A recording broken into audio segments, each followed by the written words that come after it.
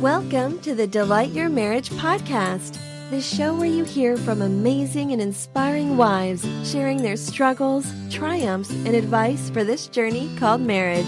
Here's your host, Bella Rose. Alrighty, welcome. This is Bella Rose. Thank you for joining. So I wanted to talk about planning sex sexily.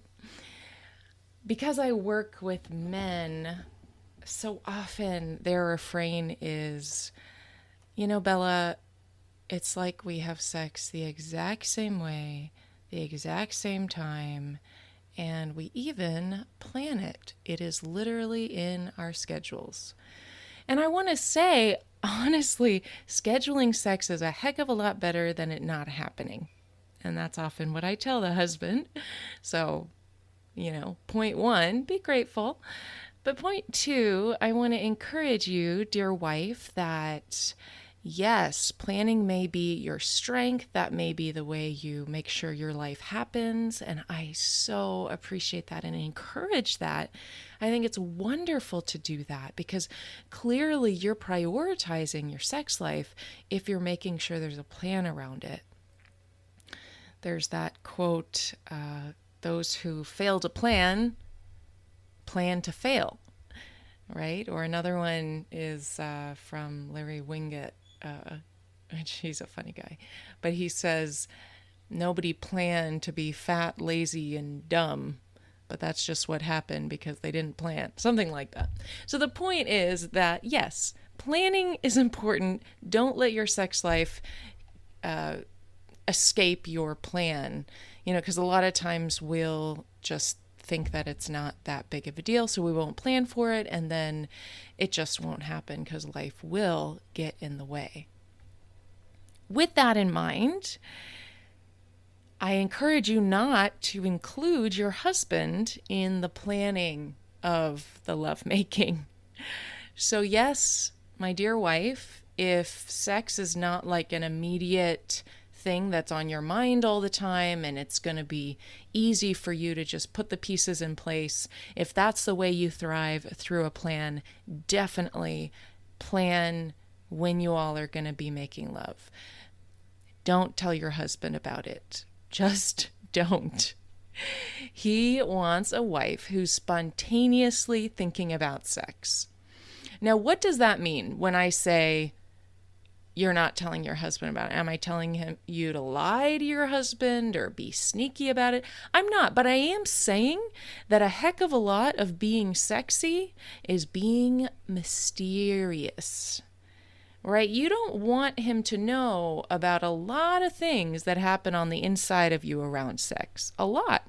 For example, and you don't have issues with it, for example. So I'm going to give you some examples that you're going to be saying in your head, obviously, I don't want him to know about these things. But a lot of times we think more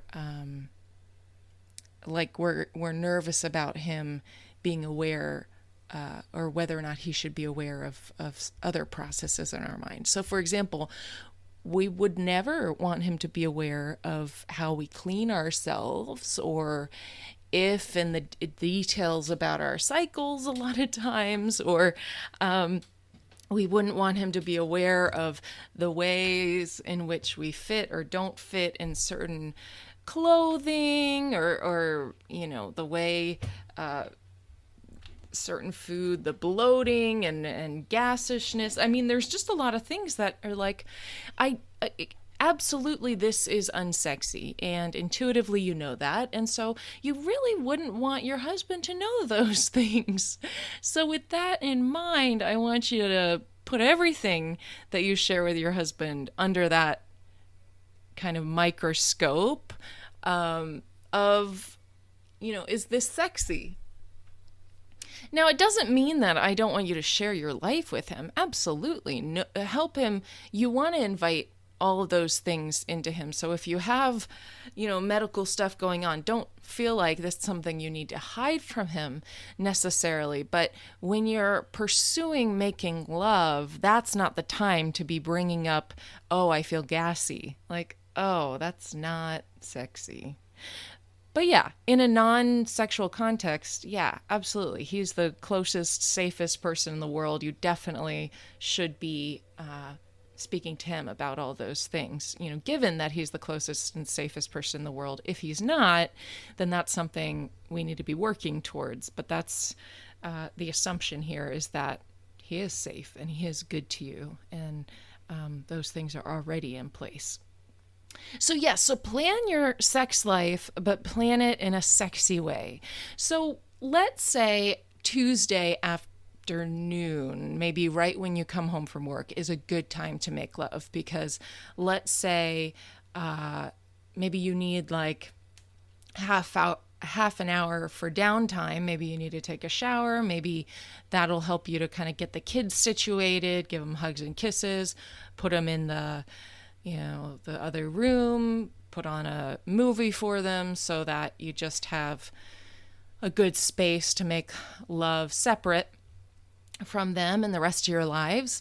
But then also what that does is it helps you to have plenty of energy, that you're not, coming with the very end of the day where you're completely tired, and then you're expecting yourself to like have all this energy to seduce him with a sexual dance and all these things, because you're just not going to be feeling it, and he can tell when you're not feeling it. So I would encourage you to check in with yourself. When is going to be a good time for you to make love? When are you going to be into it? And you know yourself, you know your body. And plan for that, and physically plan for that. And when I say physically, I mean make sure that you are eating well that day, because so often we eat poorly, and then we're in a spot where we physically don't want to make love because of the way we're feeling. Maybe we ate too much for dinner, and then after that we're like, physical intimacy seems like the farthest thing away from our minds. So I want to encourage you that this is totally worth you changing your eating habits to make sure that you're prepared and you're excited about intimacy. At the same time, making sure that you've got physical activity as part of your regular life. And in any way, shape, or form, I want you to start doing that and actually making that a priority for you. So whether that's starting out with 50 jumping jacks a day, I don't care. Get something started so that you are physically moving your body. And it doesn't matter if you are overweight or underweight or the perfect weight or whatever. You need to start getting endorphins moving around your body. And that's what happens when you physically exercise. And when you strength train, that's actually pumping additional testosterone in your body. It's making sure you have healthy levels of testosterone, which is also helping your libido. So planning for sex in other areas of your body is a key part of making sure you have a healthy desire for sex as well.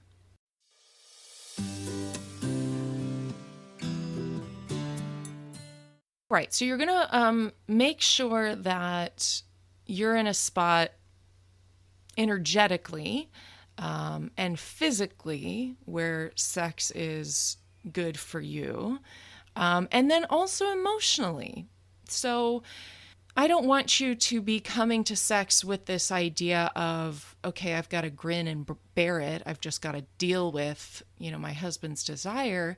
I want you to be coming to it with a place of joy. Your husband craves you to be engaged and want him and want to make love to him. He doesn't want you to be coming to it with this attitude of, well, let's get this over with. I'm doing this because I love you, while rolling your eyes on the inside. He wants you to come with it to it with a place of joy and excitement, and this is going to be fun, and I love making love to you because it makes me feel good too. And so I want you to be thinking about that this is also for you. This making love is for your joy and your fulfillment. And there are many areas of lovemaking that is enjoyable for you. So I want to encourage you in that.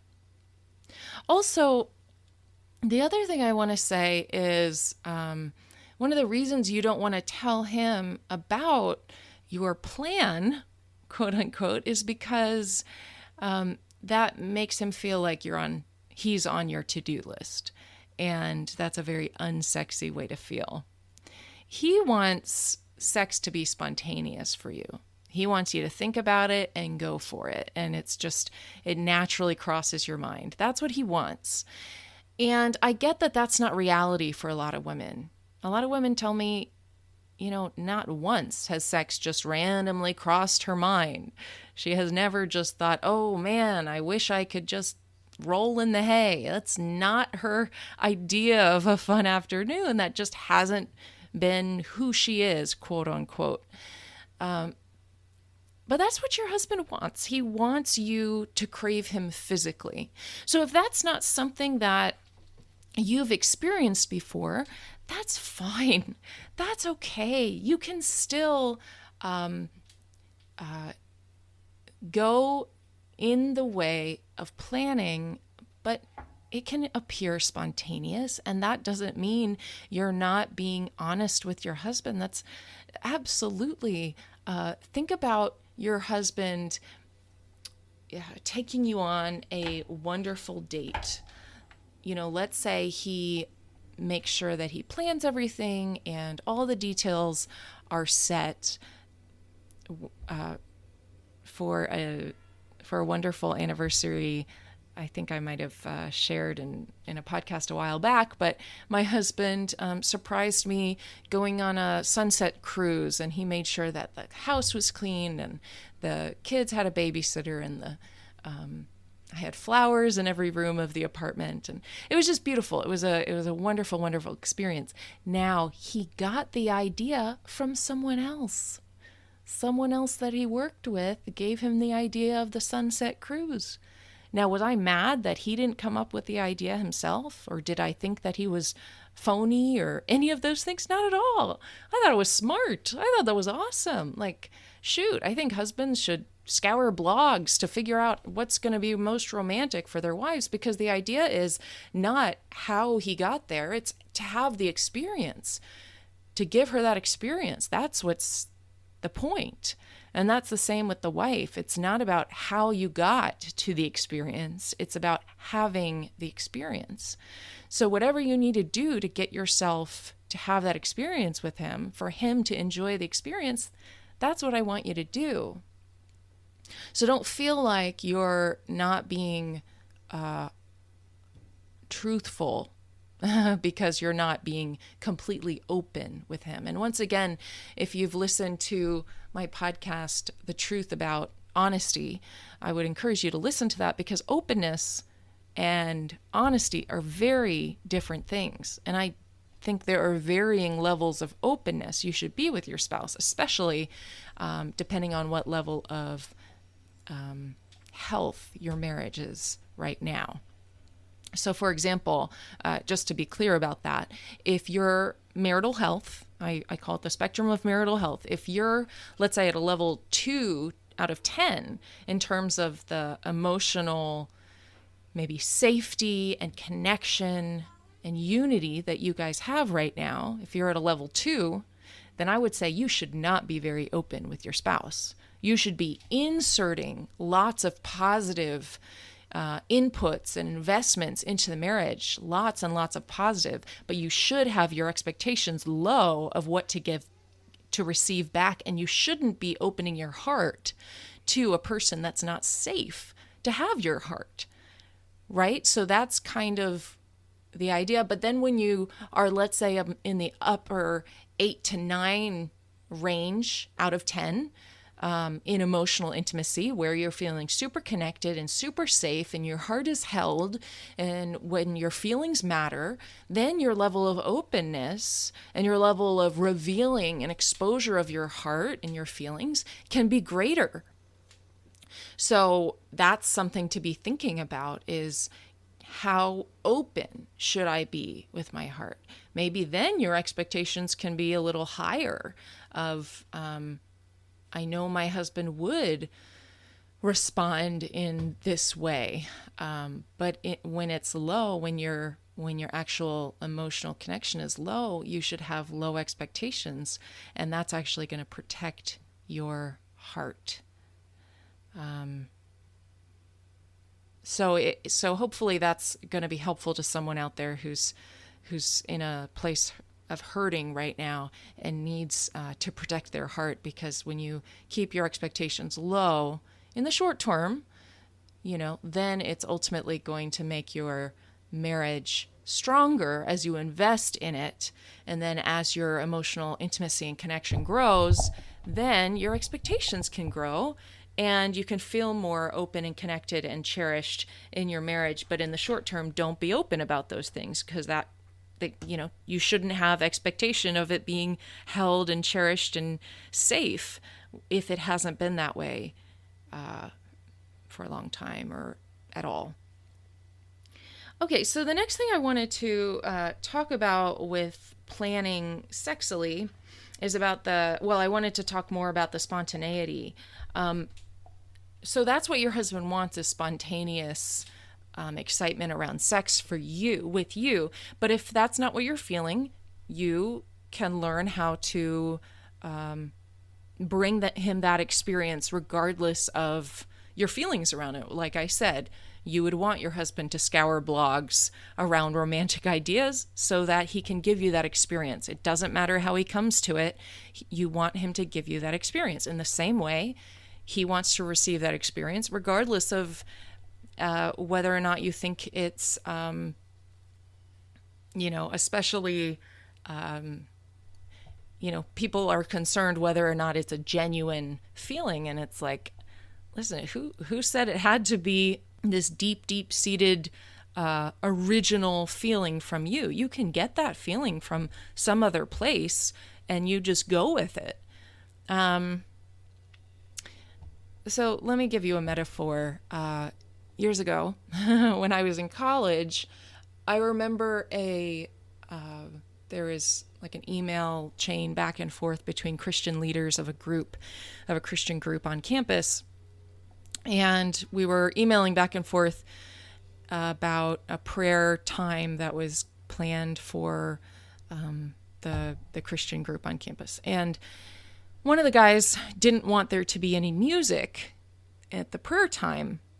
And I was trying to figure out why. And ultimately, it came out that it seemed like he thought that the prayer wasn't genuine if there was music there.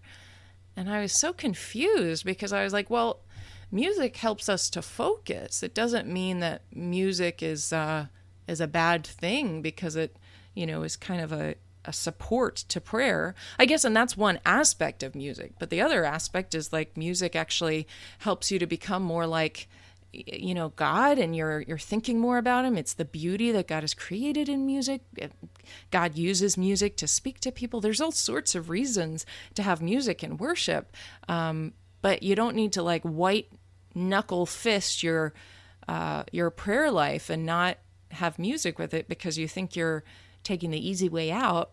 And I think that's the same thing. You don't need to white knuckle your way to being turned on or having a good sex life. It's like, no, do something that's going to make you have an enjoyable time. So you, as a wife, set up your life in a way that makes it enjoyable for you. So what is going to make sex more enjoyable for you? Plan those things out. Have a bedroom that you're going to enjoy coming into to make love, and have sheets that you're going to enjoy when you make love in, and just have an environment, an atmosphere. Have music for making love. So those are really important and good things. The other thing is, as a wife, when or if, but when you do have a desire for lovemaking, go with it right then. Don't let that moment fade away. Like, go with it right then when you're like, oh, yeah, making love. Okay. Like, go with it. Okay, great. Let's do it. So when you have that moment of thinking about it, text your husband and be like, hey, let's have a romp in the hay, or however, say something fun to him, or I can't wait to see you tonight with a winky face, or, you could say, I'm looking forward to having fun when I get home. Hope you have the kids ready in a movie in the other room, or you could just make it clear that this is the time and place that we're going to be making love, so he's prepared, and you don't have to then have a overt words of like, would you like, do you want to make love still, or those kinds of words where it's very non-exciting around making love. So, just go for it right then. Make a plan right when the thought comes to mind, oh, we should make love, or I want to make love, or any of those things. Go with action. So if you can't literally do it right then, send a text message, break the ice, make action, start the movement towards that happening. Awesome. Well, I hope this has been encouraging of you, and I hope you make love tonight, today. Get a plan together. Don't share it with your husband in a practical way, but in a sexy way, a seductive way. Let him know that that is what you want to have happen today. All right, God bless. I'll talk to you soon. Thanks for listening. If you've been blessed by this, why not share it? Until next time, live with love, wisdom, and passion.